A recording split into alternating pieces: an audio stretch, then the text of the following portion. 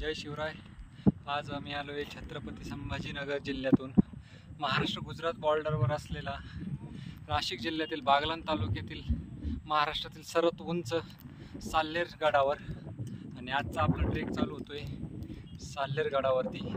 या गडाविषयी थोडीशी माहिती जी मला माहिती आहे मी तुम्हाला सांगणार आहे, त्यामुळे सगळ्यांनी माझा स्टेटस बघणे। जय शिवराय।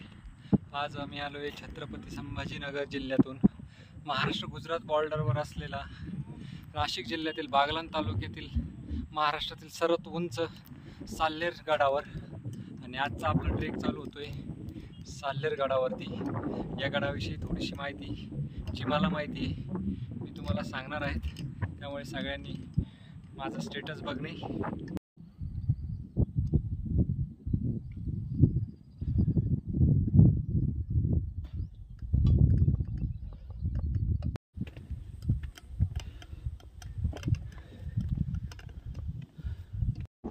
तर मित्रांनो, 40-45 मिनिटाची अवघड चढाई करून आम्ही आलेलो आता साल्हेर गडाच्या पहिल्या दरवाजाजवळ। हा गड महाराजांनी 1671 साली मोगलांकडून घेतला आणि मराठा आणि मोगलांची लढाई यासाठी ऐतिहासिकदृष्ट्या प्रसिद्ध असलेला हा साल्हेरचा किल्ला, जो आता छत्रपती शिवरायांच्या पादस्पर्शाने पावन झालेला युनेस्कोच्या यादीमध्ये समाविष्ट केलेला आहे। अशा प्रकारे बघा, हा दरवाजा पहिला। ढगाळ वातावरण, पाऊस येण्याची शक्यता आहे। हे आलेले सर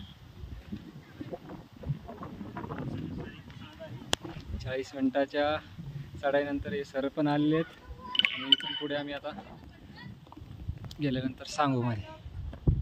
गडाचा पहिला दरवाजा असं वाटतंय, बघा नक्षी काम केलेलं आहे, कमळाचं फुल। आणि हे बघा सुंदर प्रकारे असं केलेले नक्षी काम आहे।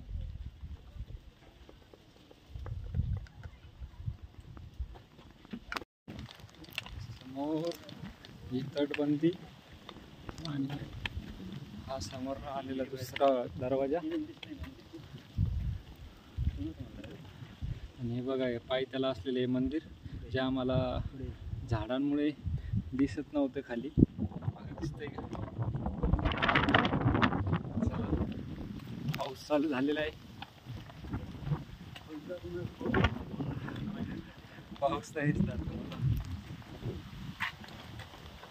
गडाचे 2 दरवाजे पार करून आम्ही आलेलो आहे गडाच्या 3ऱ्या दरवाजाकडे। हे बघा वर माकडांची पण मजा चालू आहे आणि ही तटबंदी बघा गडाची अजून सुद्धा मजबूत आहे।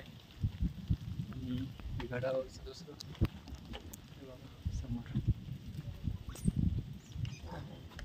प्रकारे इथे एक शिलालेख आहे, जो की मला तरी वाचता नाही येणार मोडी लिपीमध्ये असल्यामुळे।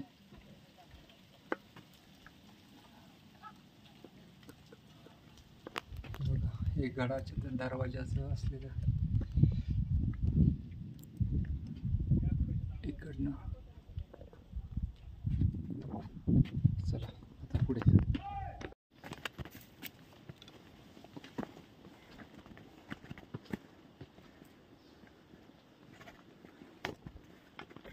आणि एक पाण्याचं टाक लागलेलं आहे,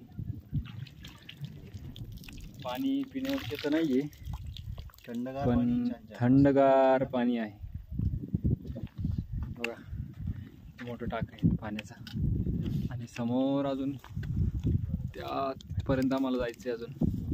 हा समोर बघा मित्रांनो मोठा तलाव दिसतोय, त्या तलावाकडे जायचंय, बघूया तलावाचं नाव काय, कोणता तलाव आहे।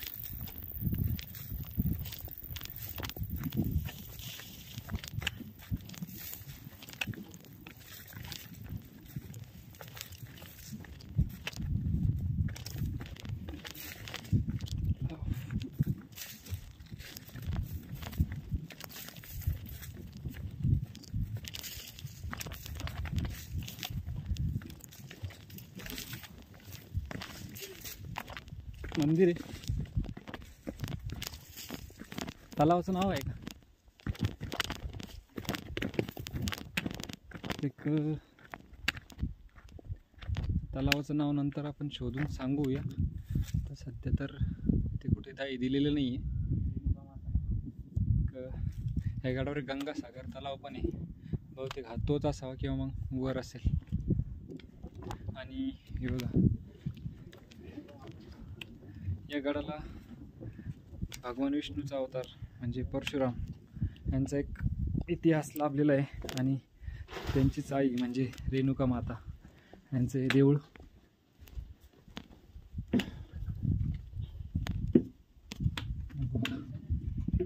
या आईचं मंदिर रेणुका माता. हे मंदिर पडझड झालेली आहे त्याच्यामुळे सध्या स्थितीत आहे. बघा या खांबावरचं हे नक्षीकाम.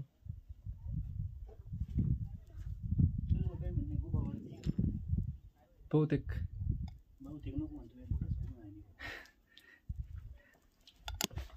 गुफावरच असं ही एक गुफा लागलेली आहे. जनावरांनी इथे अशी सुंदर अशी घाण केलेली आहे, बघू शकता तुम्ही.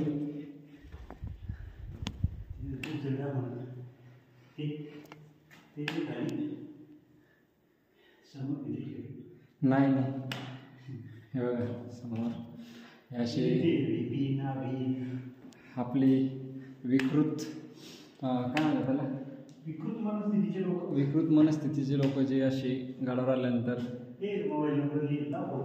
नाव लिहितात. हे बघा. आणि हे दुसऱ्या गुफामध्ये जाण्याचा मार्ग, त्याला पलीकडून सुद्धा रस्ता आहे, आपण पलीकडून जाऊन बघू.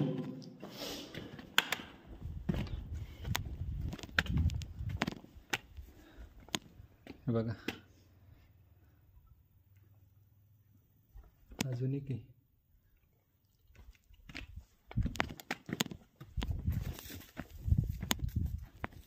ही एक तिसरी गुफा.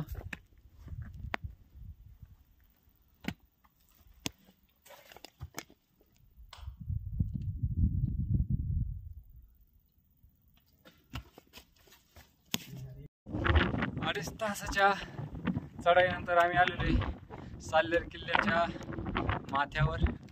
सगळ्यात उंच टोक आणि सगळ्यात उंच किल्ला, महाराजांचा झेंडा. बघा साल्लेर किल्ल्यावर दृश्य. आणि या समोरचा बघा दिसतोय सालोटा. आज साल्लेरवर स्टे करून आम्ही उद्या सकाळी सालोटा करणार आहोत. बघा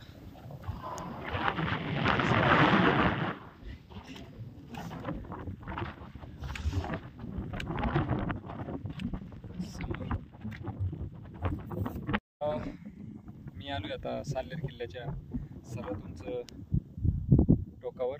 आणि गडावर जो लढाई झाली होती, जी की साल्लेरची लढाई म्हणून प्रसिद्ध आहे, ती लढाई अशी की 1671 साली महाराजांनी हा गड जिंकून घेतला. आणि त्यानंतर मोगलांनी गड काबीज करण्यासाठी परत सैन्य पाठवलं होतं. आणि याच गडाच्या पायथ्याला साल्लेर गावामध्ये ती लढाई, मैदानी लढाई झाली होती मराठा आणि मोगलांमध्ये. ती पहिली लढाई, ज्यात आपले सरनोबत प्रतापराव गुजर आणि आपले पेशवे मोरोपंत पिंगळे हे त्या लढाईचं नेतृत्व करत होते. आणि यामध्ये असं झालं की मोगलांचा तर पराभव झाला, पण मग आपला एक मावळा जो धारातीर्थात पडला, त्यांचं नाव सूर्यराव काकडे, त्यांची समाधी तर अजून आम्हाला कुठे भेटली नाही, पण बघू, जर भेटली तर तुम्हाला दाखवतोच. आमचा गड आता झालेला आहे. उद्या आता तुम्हाला आपण भेटूया सालोट्यावर. जय शिवराय.